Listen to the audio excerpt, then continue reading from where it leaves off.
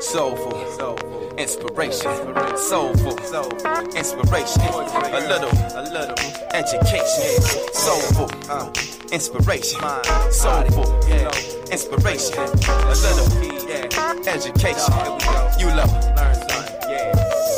Uninspired and tired is a bad combination, and I'm sad to say that's a dark situation, but I'm thinking of you, so I'm glad to say I wrote a letter on behalf of how I feel today. 7 a.m. in the morning, ain't been to sleep. It's been a night type long and a rough type week. I'm meditating my life on the whole, pondering the where, when, how, ifs I can gain control. It's like a spin of the wheel or a roll of the die. They say that you can be a winner at the game of life, but I know the house don't play to lose, so you better know the math, how to make the move. See, I'm a student of the study, how to proper pursue a blunt portion of the profits produced, paying my dues, so I follow the lolly and avoid the fools. But this is trial by fire, so you must stay cool. One rule, envy is a powerful tool. Spine all times, everything you do.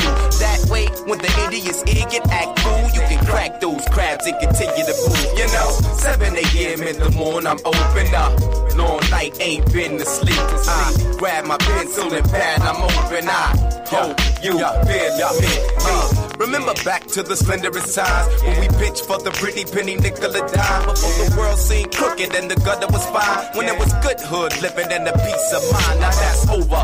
Life will make a grown man sober, head aching, hanging over, feeling funny inside. We never knew the world worked on a bogus design to keep a brother buried deep, broken down and blind. Better still, man, it's ill when you look to find there's a chance to advance, most heads deny. Like a dream and a slice of the proverbial pie. We will remain to reside in the ghetto of pride. Ignorance is pure bliss and these days provide plenty of it to keep a poor man pacified. I try to put him on the business of knowledge applied, but that's a pickle of a deal that's sour inside. But 7 a.m. in the morning, I'm open up. Long night, ain't been to sleep. I grab my pencil and pad, I'm open. I hope you feeling me, man. So many guys that I grew with died, resorted to doing crime and turned doing the time. I can hardly better speak to childhood friends and find every exchange features a fella falling the wayside. That's ill, but then it keeps a brother on bill mode, mentally locked and loaded, ready to deal with any form of friction you can fathom the feel. In a world that wheels drama and fires at will, it bust from dawn to dusk and aim to kill. Cause a lot of souls shook and afraid for real. So instead turn their head, tuck tail and chill, in the hopes not to cope, but that's whack. See, you and I are like a different breed, and we bring to the balance such a desperate need. The eagerness to elevate and evolve the scene, a better space, a better time indeed. Sincerely.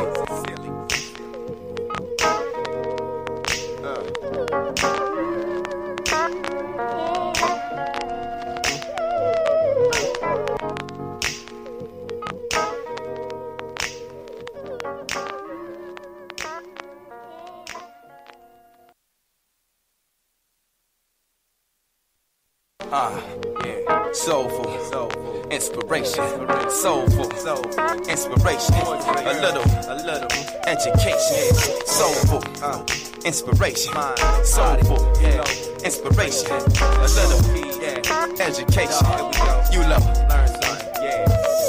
Uninspired and tired is a bad combination, and I'm sad to say that's a dark situation, but I'm thinking of you, so I'm glad to say I wrote a letter on behalf of how I feel today. 7 a.m. in the morning, ain't been to sleep. It's been a night type long and It was the voice of a courageous explorer, a man dedicated to the pursuit of man's knowledge and the expansion of his horizons. Good morning. Here is Nathan Ivey.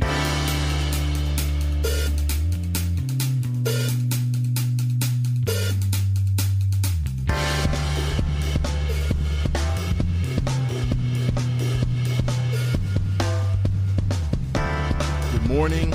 Great to be alive. My pleasure to be back with everyone. Thank you for your patience this morning. I really appreciate you. Let's get things started. Can you say Cleveland Cavaliers? C-A-V-S.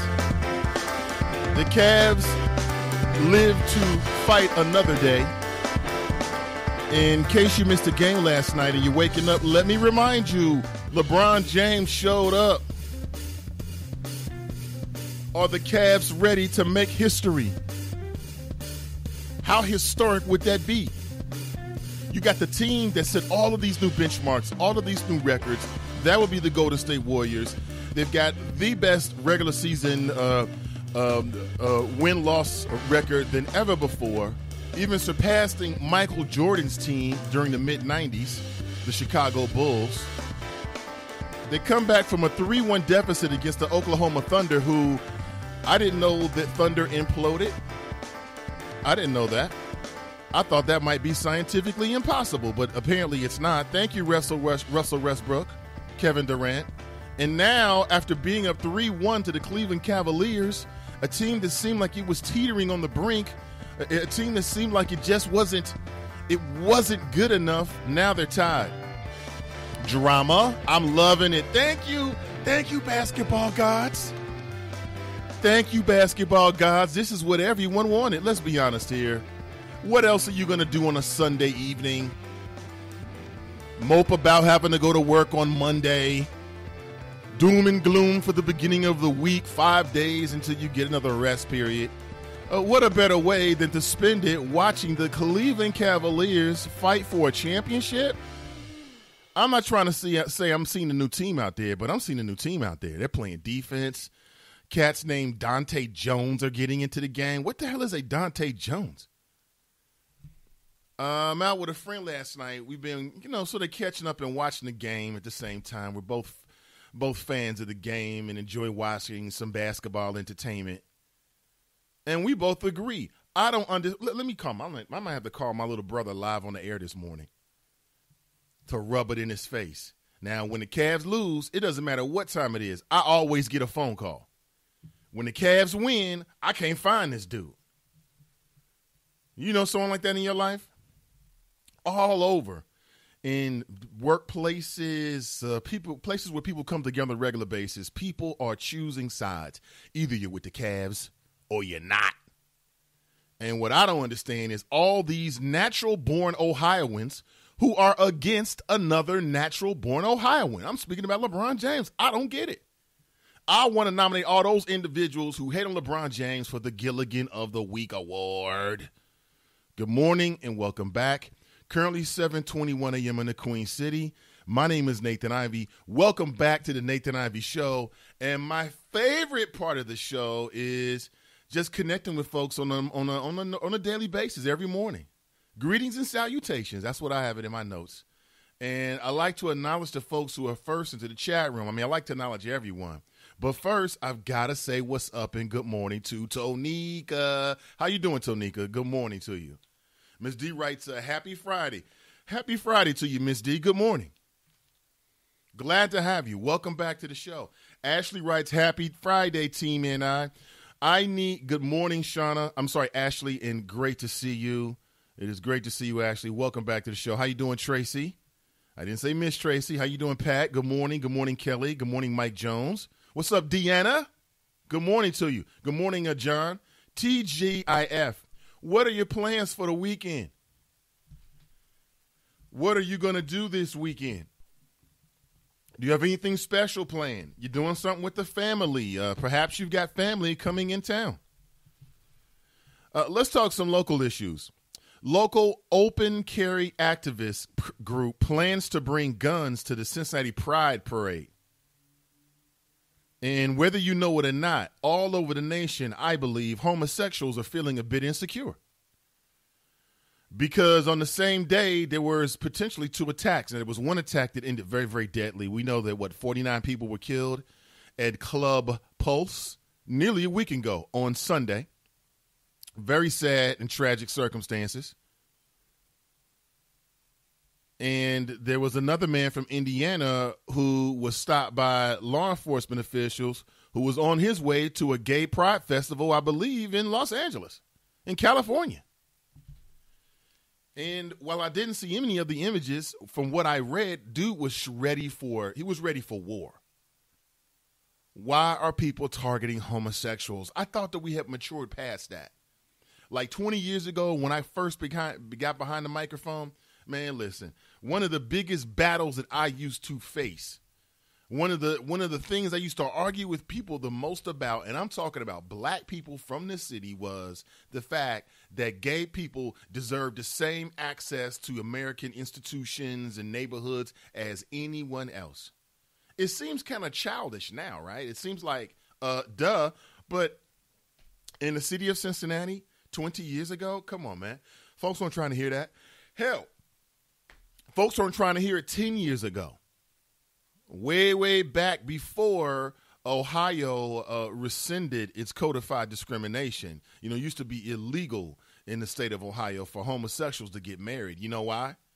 Because heterosexual Christian types or religious types, they thought that homosexual marriages would be a threat to heterosexual marriages. I'm at a loss for connection just like you are. It makes no sense whatsoever, does it? But in 2016, I thought that we were more progressive now.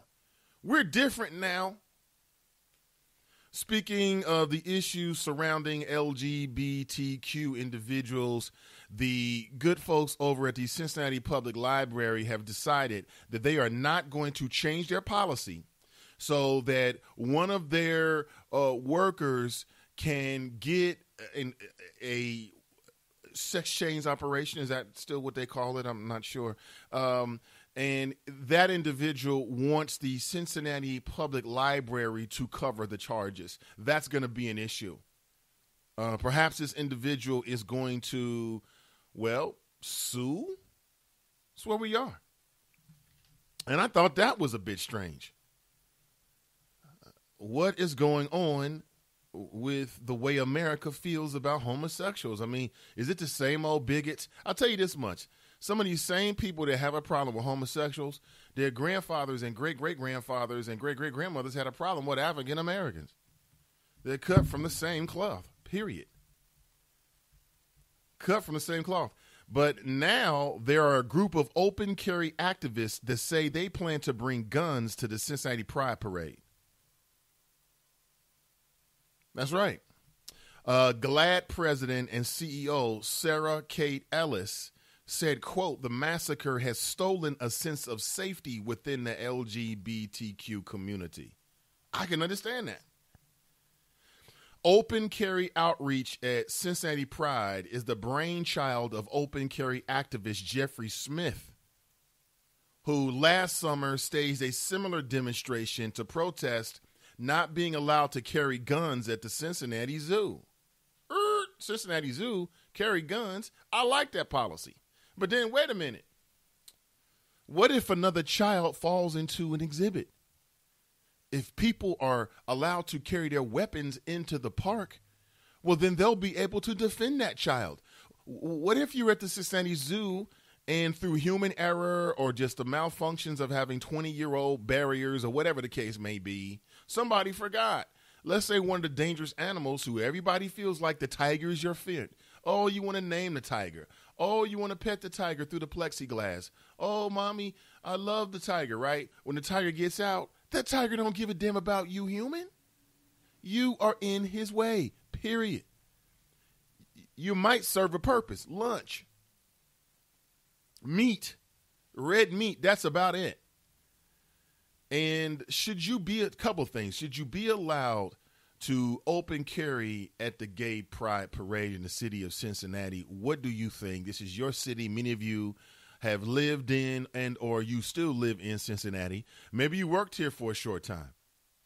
And what about the Cincinnati Zoo? I'm like, wait a minute. If the animals get off, I kind of want to be packing. I mean, you know, if I'm in the park and something goes down and something gets loose, I want to have my weapon with me so I can defend myself. I mean, number one, the Cincinnati Zoo has all these hills. Who's in shape to run up hills? Are you in shape to run up hills? What the hell am I, Walter Payton? Man, I can't run up the hills. I got 2 babies underneath my arms. I don't know. It could be the great equalizer. Open carry outreach at Cincinnati Pride. Quote, "After the LA incident and what happened in Orlando, I want to feel safe and grieve with my community. Folks walking around with guns outside of law enforcement will not make me feel safe." How do you feel? This is where we are now, right?